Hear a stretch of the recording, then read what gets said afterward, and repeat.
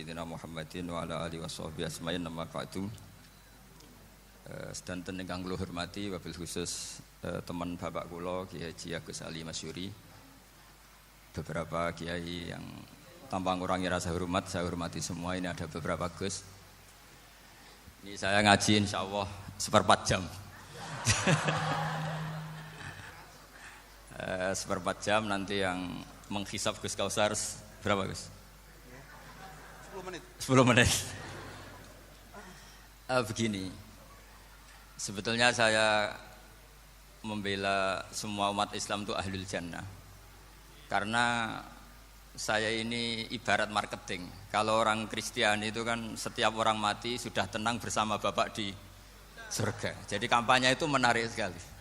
Sementara kita sudah kiai, sudah imam masjid, sudah ulama, masih saja dikhawatirkan su'ul khotimah. Ini kalau kampanye ini tidak imbang, ini nanti saya takut kalah. Makanya saya bilang pokoknya semua orang mukmin itu ahlul jannah. Karena memang asli hadisnya seperti itu, man qala la ilaha illallah dakhalal jannah. Bahwa kemudian ada beberapa kiai yang mungkin wataknya itu pesimis, kemudian bikin sekian aturan-aturan yang sebetulnya itu cerminan dari pesimisnya. Terus akan-akan masuk surga itu susahnya bukan main. Nah itu saya tidak setuju karena tadi pasti kalah dengan kampanye sebelah yang setiap orang mati dibilang sudah tenang bersama Bapak apa? Di surga. Jadi ini penting. Terus kedua saya bilang agama ini sudah begitu baik. Masa kunci surga sudah dibocorkan miftahul jannah la ilaha illallah. Masa sudah pegang kuncinya enggak jadi masuk surga itu kan aneh. Ya sudah masuk saja, tapi tidak usah minta bantuan saya, masuk aja, kan sudah pegang kuncinya. Terus ketiga, kenangan terburuk saya ketika jadi kiai itu gini, saya ada beberapa guru SD datang ke saya, ini agak-agak masalah besar. Gus boleh enggak buka ujian nasional yang masih disegel? Semua guru bilang enggak boleh, itu kriminal kan. Ada satu guru yang bikin analogi agak kacau, boleh saja. Wong ujian di kuburan saja dibocorkan para kiai enggak apa-apa. Itu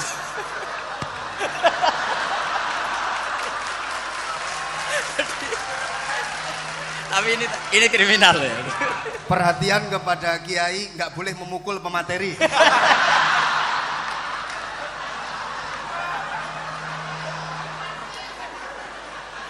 Jadi tentu itu analogi yang salah kan.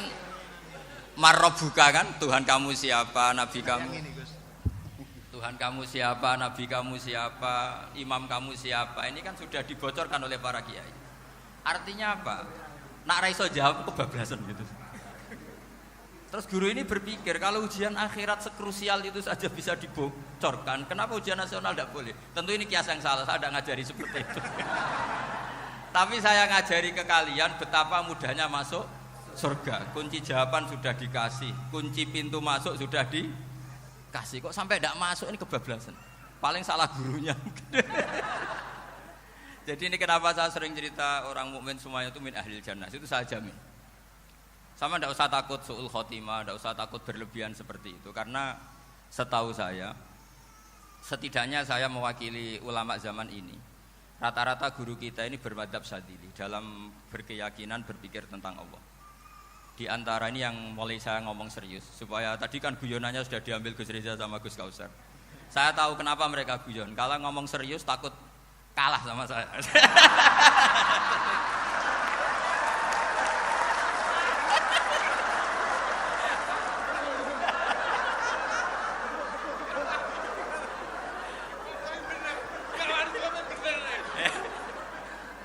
Karena saya ini sudah terkenal pemikir serius, jadi artinya itu satu kepintaran mengalihkan. Ya, oh ya, sudah itu satu kecerdasan. Tidak hanya ngalim tapi betul cerdas. Jadi itu bukti beliau-beliau ini cerdas itu. Saya berpikir begini, ini madzhab Syadzili. Kita semua tentu Syadzili karena kita semua ngaji kitab Hikam. Kita tahu kitab Hikam itu muridnya Abul Abbas Al-Mursi, Abul Abbas Al-Mursi muridnya Syekh Abil Hasan apa? Asy-Syadzili. Saya masih ingat betul makalah itu dan saya ulang-ulang setiap saya ngajar di sarang saya ajarkan itu. Kilali kata Abdul Hasan As-Sadili, saya pernah dapat hatif, dapat semacam ilham.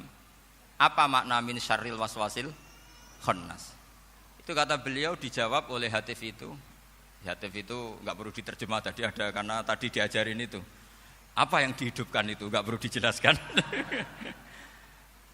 Kata Hatif tadi, waswasun yadkhulu bainaka wa baina habibika yunsika altofahu alhasanah wa yudzakiruka af'alaka asai'ah wa yukassiru indaka dzatas shimal wa yuqallilu indaka dzatal yamin liya'dila bika an husni dzanni billah ila su'i dzanni billah.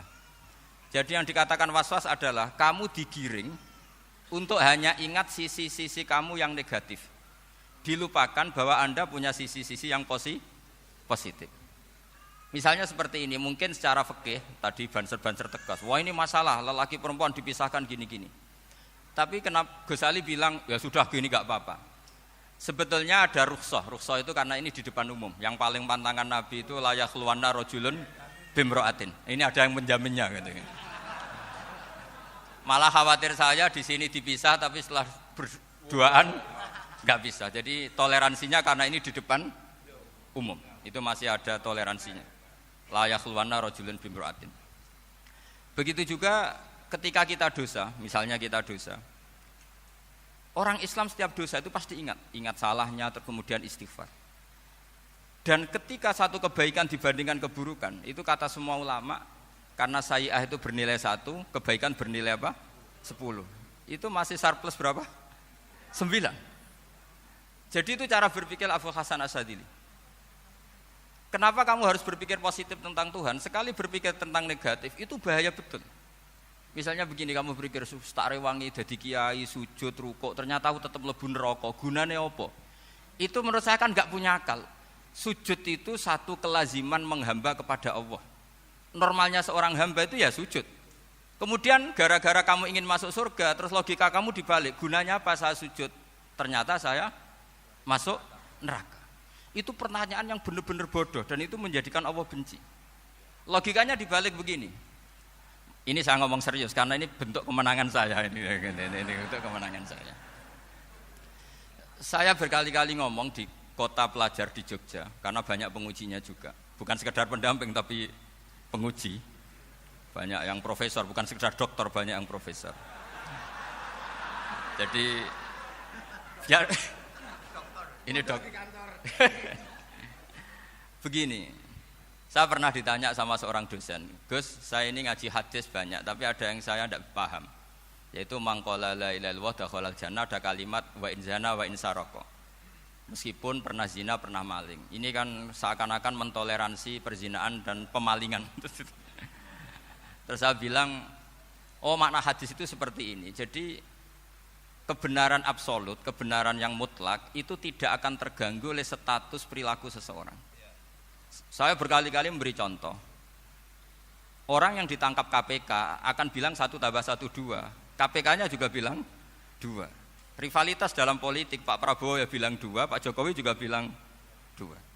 Orang yang zaniyah, yang lonte pun akan bilang 2. Muftinya juga bilang 2. Ketua MUI-nya juga bilang 2. Artinya gini, kebenaran yang absolut adalah kebenaran yang siapapun akan meyakini seperti itu. Seperti 1 + 1 2. Kamu punya musuh bilang 2. Kalau ibu-ibu ini punya maru ya marunya bilang 2 tadi tambah mama. Enggak tahu saya terjemahnya apa tadi. Nah, kebenaran yang absolut itu kebenaran yang siapapun pasti mengakui. Dan uniknya begini, saya kalau saya pernah ngaji acara himmah, acara pondok sarang di Demak. Kalau kamu bilang 1 + 1 menjadi 2, untuk mengatakan 2 itu kamu butuh hadiah enggak? Mereka semua jawab enggak. Kita semua enjoy saja mengatakan tembok itu putih. Kenapa? Karena memang putih. Kita mengatakan 1 + 1 2 karena memang kita tanpa presentasi dapat hadiah, dapat penghormatan. Kenapa untuk mengatakan Allah itu Tuhan kita butuh surga? Memangnya kalau tidak ada surga Allah tidak jadi Tuhan? Ini problem orang soleh-soleh yang terlalu pesimis. Makanya nanti orang-orang soleh itu masuk surganya berat. Tapi kalau orang alim lebih gampang kira-kira seperti itu. Iya, karena kan imannya lebih bagus. Dalam hadis qudsi Allah ini yang dibuli orang-orang soleh. Laulam akhluk jannatan wala naron alam akun ahlan an uto'ah, dalam hadis qudsi itu. Kalau saja saya tidak menciptakan surga dan neraka, apa saya tidak jadi Tuhan yang perlu ditaati? Apa kalau kamu tidak saya kasih uang 1 juta terus bilang 1 tambah 1 11? Enggak kan? Tetap bilang berapa? 2. Kalau kebenaran absolut yang 1 tambah 1 kamu bilang 2 meskipun tanpa mendapat hadiah. Kenapa untuk bilang Allah Tuhan kamu butuh hadiah surga? Itu kan serah ikhlas belas. Makanya saya terus mengajarkan ikhlas. Ikhlas itu bisa dilatih dengan akal, dengan pikiran, bil ilmi lah. Harus dilatih. Nah di sini ini momen atau makna yang mestinya harus difahami wa inzana bahwa kalimat ini sah meskipun dilafatkan seorang yang pernah zina. Sama seperti 1 tambah 1 2 sah, diucapkan siapa saja sah. Dan siapapun akan mengucapkan itu secara ikhlas. Ini penting saya utarakan. Sehingga setelah ada firqah-firqah takfiri yang mengatakan orang megang keris itu syirik, ke kuburan syirik, ini syirik. Itu salah besar. Salahnya adalah tadi kalimat-kalimat atau kebenaran-kebenaran absolut ini sudah jadi sibghatullah man ahsanu minallahi sibghah. Kalimat ini begitu absolut di hatinya orang mukmin. Sehingga ketika terganggu oleh hal-hal yang adat istiadat kayak pegang keris, kayak apa, ini tidak mengganggu. Tetap kualitas iman ini di atas keyakinan adat membawa apa keris. Kalau orang membawa keris menjadi syirik karena percaya sama makhluk. Orang misalnya kejawen kalau nggak bawa keris nggak nyaman. Orang kota itu kalau nggak bawa ATM juga nggak nyaman. Itu tidak dihukumi syirik. Kamu pergi lupa bawa HP nyaman enggak? Enggak, kenapa enggak dihukumi syirik?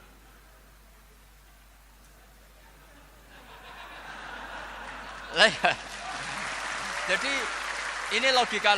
Jadi makanya ini Gus Reza boleh ngeritik saya itu berkali-kali bilang, saya termasuk ulama yang mau bikin gerakan cangkem elek. Karena nanti kalau saya nisbatkan ke Rasulullah itu tidak pantas, karena Nabi ahsanan nasi khalqau wa khuluqa. Tapi saya siap jadi bempernya Rasulullah sallallahu alaihi wasallam. Pernah ada diskusi di Jakarta, ini kisah nyata. Apa dalilnya setelah sholat salaman? Mana hadisnya? Itu dijawab hadisnya tentu kita kesulitan. Kalaupun ada hadisnya dhaif semua yang masalah musafahah. Akhirnya mau tidak mau dijawab pakai cangkem elek.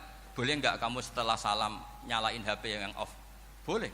Boleh enggak ke kamar mandi? Boleh. Oh berarti kencing boleh, nyalain HP boleh, yang enggak boleh itu ingat Allah. Karena mereka mengkritik wiridan, ngeritik salam. Akhirnya mikir deh, ada enggak hadisnya orang setelah sholat nyalain HP? Enggak ada kan? Tapi mereka nyalain HP enggak hambatan, tapi untuk salaman masalahkan. Ke kamar mandi boleh, tapi untuk wiridan enggak boleh. Akhirnya mereka sadar, oh iya. Lama-lama dibisiki gini yang kelompok itu, kamu itu korban aliran supaya kamu gak ingat Allah, ingatnya HP-nya. Sehingga orang wiridan kamu kritik, orang nyalain HP tidak kamu kritik. Itu kelompok itu adalah kelompok orang-orang yang supaya orang Islam itu lupa Tuhannya. Itu gerakan cangkem elek, tapi jadikan orang sadar. Jadi ini penting. Jadi kalau kamu tidak bisa bela agama dengan jalan yang lurus karena tidak bakat gitu, nggak apa-apa pakai cangkem elek tadi, karena nggak mungkin gerakan ini dinisbatkan kepada Rasulullah Shallallahu Alaihi Wasallam. Kalau soal sanad, saya punya sekian sanad tentang itu, tapi tidak usah kamu ikuti. Ada orang tanya, ya Pak Kiai, kalau setan dibakar di neraka panasan enggak? Ya panasan. Lo kan setan dari api, ngapain harus panasan? Kan materinya sama. Terus Kak Kiai tadi gak kesulitan, dia ngambil pasir, disawero di wajahnya. Wah sakit Kiai, kamu kan dari tanah, kena tanah kok. Jadi itu ada sekian, artinya gini ya, kalau kesulitan jawab pakai baik-baik ya sudah pakai cangkem elek itu aja karena.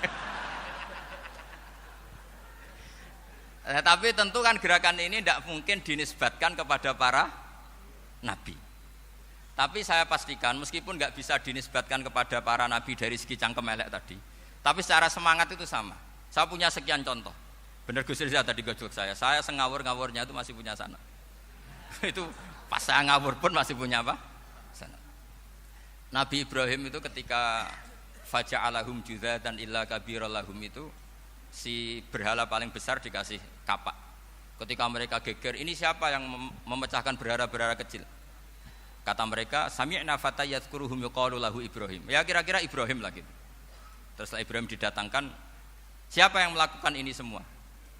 Ini jawaban Nabi Ibrahim, bal fa'alahu kabiruhum hadza. Ya tanya yang bawa pedal, saya kan enggak bawa. Terus kata orang-orang, otak kamu itu di mana? Masa berhala disuruh nanya, kan nggak bisa ngomong. Ibrahim kembalikan, uffil lakum walima ta'buduna min dunillah. Lalu tak kamu di mana? Sudah tahu nggak bisa ngomong kok disembah gitu. Itu ada kata uffin. Uffin itu kalau diterjemah kira-kira ya agak-agak jancuk gitu. Kira-kira seperti itu. Ya kira-kira seperti itu. Jadi sekarang dalilnya jancuk apa Gus?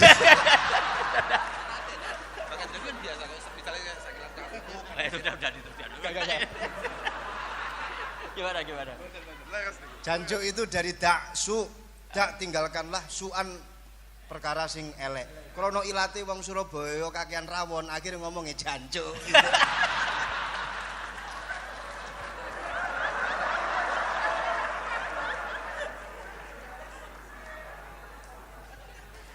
Jadi mulai dulu melawan kebatilan itu harus pakai logika yang vulgar. Karena memang nggak mungkin dengan bahasa-bahasa priayi itu nggak mungkin. Dan ini penting saya utarakan. Nah, kalau nanti nggak mungkin dinisbatkan kepada Rasul karena Nabi adalah ahsanan nasi khalqa wa khuluqa, kita yang ngambil alih saja. Gus Reza, saya, Gus Kaustan ini cara cangkem elek kan pantas. Luwes. Selain bakat ya sudah natural. Karena memang itu cara kita menjelaskan kebenaran. Saya ulang lagi, itu cara kita menjelaskan apa? Kebenaran. Mau tidak mau. Saya pernah ditanya sama seseorang, Gus, beberapa nabi itu kan poligami. Poligami itu bukti hipersek. Karena yang tanya itu orang nasionalis yang nggak pati senang Islam. Terus tak balik tanya, perempuan itu makhluk lemah enggak? Iya lemah. Kalau nolong lama satu itu gimana? Ya baik. Kenapa nolong dua jadi tidak baik? Harusnya kalau nolong tiga tidak baik. Tapi saya tidak dukung poligami. Nah, ini cerita saya. Setidaknya mereka jadi ingat. Saya itu pernah ditanya agak-agak orang ateis. Dia benci Islam tapi neliti Islam. Pertanyaan kedua, kenapa dalam perang itu seakan-akan Nabi itu perampok? Hartanya orang kafir disita kemudian menjadi ghanimah. Itu kan kayak ngerampok. Terus saya tanya gini, kalau ada penjahat ke rumah kamu kemudian pakai senjata api, setelah kamu ringkus, itu senjata api kamu kembalikan apa kamu sita? Oh ya saya sita, kalau tak kembalikan dipakai ngerampok lagi. Ya sama seperti itu, kalau kekuatan mereka dikembalikan akan dipakai kekuatan mereka lagi. Jadi ya lagi-lagi ini kemenangan orang serius. Karena nanti guyonnya sudah dientekno sama Gus Safa sama Gus Riza. Nah, kenapa saya ngajar begitu rileks, begitu santai? Karena pikiran saya sederhana. Fa innal uqula muttarratun ila qabilil haq. Akal sehat pasti dipaksa menerima apa? Kebenaran. Sehingga kebenaran itu tidak usah kamu ngomongkan secara serius, secara tidak perlu. Kebenaran itu mudah diterima. Saya itu pernah ngaji berkali-kali di Jogja di mana-mana sampai ada buku seorang dokter nulis tesisnya itu bangga lagi menjadi muslim setelah ngaji saya itu. Karena saya menerangkan itu ringan. Orang Islam itu harus mencintai Allah. Ciri utama cinta itu tidak tegang, rileks. Saya bilang begini, kalau kamu pernah 1 tahun digratisi orang rumah, makanan, kamu kira-kira itu mudah nggak mencintai orang yang berjasa sama kamu minjemin rumah dan ngasih makan gratis? Mudah kan? Apalagi kita ini mudah mencintai orang yang minjemin mobil 1 tahun, ngasih rumah 1 tahun, apalagi selamanya. Kenapa kita tidak mudah mencintai Allah yang memberi kita bumi, air, oksigen, semuanya kita dikasih Allah? Akhirnya mereka mikir, wong mencintai seseorang yang ngasih dalam durasi 1 tahun saja mudah, apalagi mencintai Allah yang ngasih kita tanpa batas. Itu disebut walladzina amanu asaddu hubbal lillah. Orang mukmin itu mudah sekali mencintai Allah. Caranya dilatih tadi.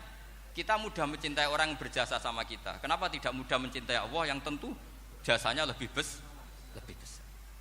Nah, karena akhir-akhir ini banyak orang yang terlalu nazir, terlalu kata Nabi kan basyiru wala tunafiru yasiru wala tu'assiru. Sehingga saya bikin gerakan. Pokoknya semua orang mukmin pasti masuk surga.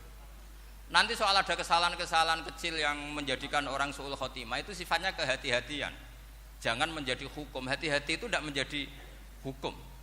Kalau kamu nyupir hati-hati itu bukan berarti pasti kecelakaan. Enggak. Hati-hati itu ya hati-hati saja, tidak menjadi hukum. Ini penting saya utarakan karena kubu sebelah kampanyenya sudah tadi, setiap mati mesti tenang bersama Bapak di surga. Sementara kita mau kampanye, kamu sholat tidak mesti diterima, haji tidak mesti diterima, jadi kiai tidak mesti masuk surga. Coba kalau kita kampanye gitu terus, yang mau jadi muslim itu siapa? Jadi ini sudah tak perhitungkan matang-matang, saya milih mazhab seperti itu. Ya ini saya pikir sudah, ini pembandingnya supaya punya waktu. Saya suka sekali. Nah ini yang sesi terakhir ya, sesi terakhir. Saya akan cerita fikih karena Nyun sewu Gus, ada iklan sebentar dari ibu-ibu, pentolan mic kurang dekat ke mulutnya Gus Baha. Sehingga suaranya tidak terdengar sampai ke belakang. Oh, gitu, pentolannya ya? Didekatkan Gus ke mulut.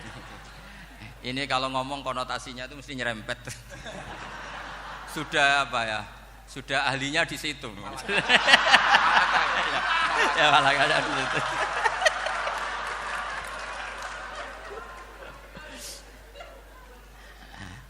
Dalam sesi terakhir saya cerita pentingnya pembanding. Imam Rafi'i itu yang ngarang kitab Muharrar. Kitab Muharrar ini adalah ringkasan dari kitab Al-Wasit. Al-Wasit itu karangannya Imam Ghazali. Al-Wasit sendiri ini khas ngaji NU karena NU maknanya Nahdlatul Ulama, gerakan para ulama. Jadi kalau nggak ngerti alim-alim seperti itu ya ada NU. Sebenarnya sampai itu pasnya Nahdlatul Ummah, gerakan umat. Tapi kan sudah jadi partai politik Nahdlatul Ummah. Karena yang katakan NU itu Nahdlatul Ulama, gerakannya para ulama. Imam Rafi'i itu berpendapat sujud itu cukup pakai batuk, pakai jidat. Itu dalam kitab Muharrar. Wal asoh anna sujud yasihu mau cukup biwatil jabhah. Ketika Imam Nawawi mentasih kitab Muharrar namanya Minhajut Thalibin, itu mengkritik Imam Rafi'i. Kata beliau sujud itu untuk sah harus melibatkan 7 anggota karena berdasar hadis umirtu an asjuda ala sapati a'zumin, yaitu al jabhah wal yaden warubaten wal kodamen, yaitu jabhah 2 tangan, 2 lutut dan 2 kodamen. Akhirnya saya ngecek di kitab asli Imam Rafi'i termasuk Ashabut Tarjih dan Imam Nawawi. 2 orang ini khilaf. Kan nggak mungkin kita sebagai mushahihnya karena yang khilaf ini 2 ulama besar, satu Imam Rafi'i, satu Imam siapa? Nawawi. Kita tidak bisa hanya ngikuti Fathul Mu'in yang mengatakan idza ikhtalafan Nawawi wa Rafi'u quddiman Nawawi, tidak bisa karena Imam Nawawi ini sering nginduk sama kitabnya Imam Rafi'i karena senior Imam Rafi'i. Setelah saya cek di kitab kitab asli Mamba ya, satu sumbernya semua madzhab apa? Syafi'i. Ternyata Imam Syafi'i nak ngedikan hanya begini. Wa uhibbu, saya suka setiap orang Islam sujud itu melibatkan 7 anggota karena itu aman, pasti sah. Tapi wayah tamilu kata beliau, tapi mungkin saja sujud hanya watul jabah itu sah. Kenapa kata Imam Syafi'i? Liqaulihi sallallahu alaihi wasallam atau li du'aihi apa sallallahu alaihi wasallam fi sujud sajadalaka wajhi wa sam'i wa basori. Nabi ketika sujud itu hanya berdoa, ya Allah sujud kepada engkau wajhi wa sam'i wa basori. Nabi tidak menyebut wayadi wa rukbati wa qadami. Sehingga saya berkali-kali bener kata Gus, saya ini pembela umat sing sujute 7 anggota ya taklem pantes dadi Rais Suriah. Itu. Yang sujute bathuk tok ya tetap sah ngikuti mazhabnya Imam Rafi'i. Meskipun itu tidak saya anjurkan. Tentu tidak saya anjurkan. Alasannya Imam Syafi'i tadi, Rasulullah pernah berdoa dengan kata-kata sajadalaka wajhi, bukan diteruskan wayadi warubati wakoda. Sehingga fal khilaf huna bakin ala khiddati kalau dalam bahasa fikih. Khilaf biar tetap sesuai aturan khilaf masing-masing. Enggak perlu kamu menggugurkan pendapat Rafi'i yang mengesahkan sujud hanya pakai jabhah. Ini penting karena tadi seperti saya katakan yang sujud anggota pitu ya masuk swarga mergo pintere, sing nganggo bathuk tok yang mlebu swarga mergo gobloke tadi karena aksaru ahlil jannah al-bulbu. Nah ini madzhab saya. Jadi saya itu ingin umat Islam itu baik-baik saja. Iya betul, madzhabin jenengan. Ya. Karena tidak mungkin lah kita tidak bela Islam di zaman akhir, tidak mungkin kan tadi kubu sebelah kampanyenya sudah seperti itu. Kalau kita ngomong ikhtiyat, kiai ra mesti mlebu swarga, sing salat ngethuk ra mesti husnul khotimah, wah kan jadi repot. Saya ini pengagum teori ikhlas, dilatih bil ilmi, saya ulang lagi dilatih bil ilmi. Saya ini malunya tadi saya mengatakan 1 tambah 1 2 itu meskipun tidak ada yang memberi hadiah tetap saya katakan 2.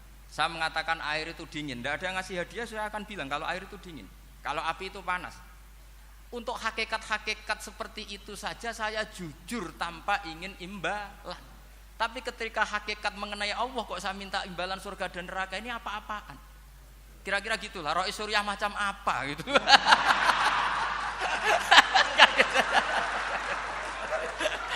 Ya saya kira demikian. Assalamualaikum warahmatullahi wabarakatuh. Waalaikumsalam warahmatullahi wabarakatuh.